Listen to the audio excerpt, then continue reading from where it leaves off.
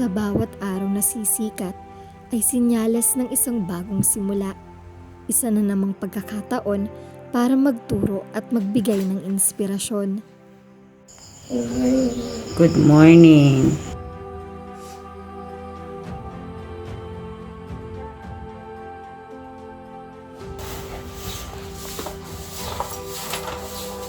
Good morning.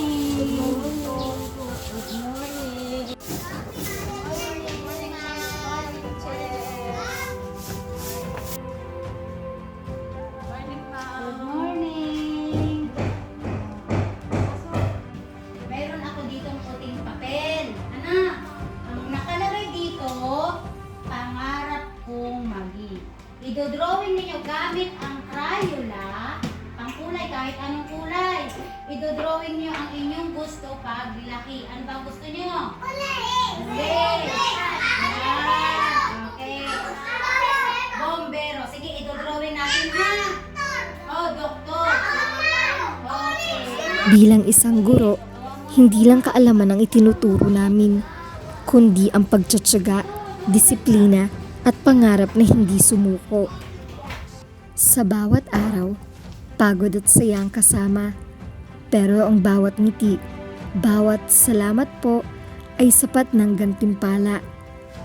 Maraming bagay ang pwedeng maganap sa bawat segundo ng ating buhay. Kaya't sa bawat patak ng oras, nais kong alalayan ang bawat inosenteng kamay na inaabot sa akin.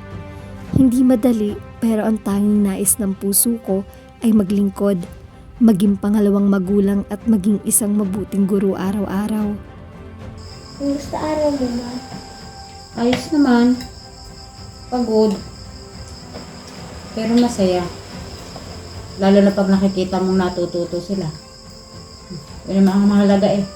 Diga. Tama yan. Ang pagiging guro ay hindi lang trabaho.